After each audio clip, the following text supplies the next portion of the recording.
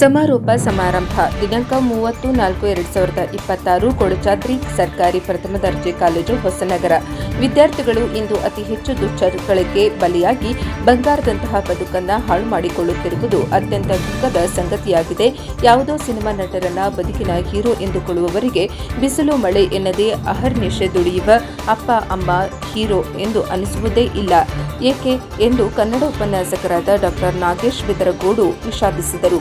ಹೊಸನಗರದ ಕೊಡಚಾದ್ರಿ ಸರ್ಕಾರಿ ಪ್ರಥಮ ದರ್ಜೆ ಕಾಲೇಜಿನ ಸಾಂಸ್ಕೃತಿಕ ಹಾಗೂ ವಿವಿಧ ವೇದಿಕೆಯ ಸಮಾರೋಪ ಸಮಾರಂಭದಲ್ಲಿ ಸಮಾರೋಪ ನುಡಿಗಳನ್ನಾಡಿ ವಿದ್ಯಾರ್ಥಿಗಳಿಗೆ ಬದುಕಿನ ನಿಜವಾದ ಸ್ವಾರಸ್ಯವಿರುವುದು ಚಟಗಳಲ್ಲಿ ಅಲ್ಲ, ಉತ್ತಮ ಹವ್ಯಾಸಗಳಲ್ಲಿ ಎಂದು ಹೇಳಿ ಏನಾದರೂ ಆಗುವ ಮೊದಲು ಮಾನವನಾಗು ಎಂದು ಕರೆ ನೀಡಿದರು. ಕಾಲೇಜಿನ ಅಭಿವೃದ್ಧಿ ಸಮಿತಿಯ ಉಪಾಧ್ಯಕ್ಷರಾದ ಮಾಸ್ತಿಕಟ್ಟೆ ಸುಬ್ರಹ್ಮಣ್ಯ, ಅತಿ ವೇಗದ ಬದುಕಿಗೆ ಕಡಿವಾಣ ಬೇಕು, ನೆಮ್ಮದಿಯುತವಾದ ಬದುಕು ನಮ್ಮದಾಗಬೇಕೇ ಹೊರತು ಹಣದ ಹಿಂದೆ ಓಡುವ ಬದುಕು ನಮ್ಮದಾಗಬಾರದು ಎಂದು ವಿದ್ಯಾರ್ಥಿಗಳಿಗೆ ಕಿವಿಮಾತು ಹೇಳಿದರು. ಕಳೆದ ಸಾಲಿನಲ್ಲಿ ಅತಿ ಹೆಚ್ಚು ಅಂಕ ಗಳಿಸಿದ ವಿದ್ಯಾರ್ಥಿಗಳನ್ನು ಸನ್ಮಾನಿಸಿದರು. ಕಾಲೇಜಿನ ಹಿರಿಯ ವಿದ್ಯಾರ್ಥಿಗಳ ಸಂಘದ ಅಧ್ಯಕ್ಷರಾದ ಶ್ರೀ ಅಶ್ವಿನಿ ಕುಮಾರ್, ಕಾಲೇಜಿನಲ್ಲಿ ಓದು ಬರಹ ಅಂಕದ ಜೊತೆಗೆ ಕೌಶಲ್ಯವನ್ನ ಬೆಳೆಸಿಕೊಳ್ಳಬೇಕು. ಅಂಕಗಳಿಗೆ ಎಷ್ಟು ಮುಖ್ಯವೋ ಕೌಶಲ್ಯವೂ ಅಷ್ಟೇ ಮುಖ್ಯ.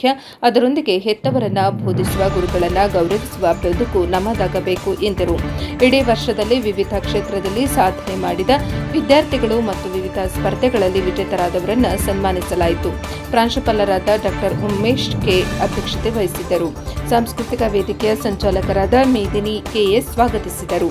ಪ್ರಾಧ್ಯಾಪಕರಾದ ಡಾ ಕೆ ಶ್ರೀಪತಿ ಪ್ರಾಸ್ತಾವಿಕ ನುಡಿಗಳನ್ನಾಡಿ ರಾಷ್ಟ್ರೀಯ ಸೇವಾ ಯೋಜನೆಯ ಕಾರ್ಯಕ್ರಮ ಅಧಿಕಾರಿ ರಾಕೇಶ್ ವಂದಿಸಿದರು.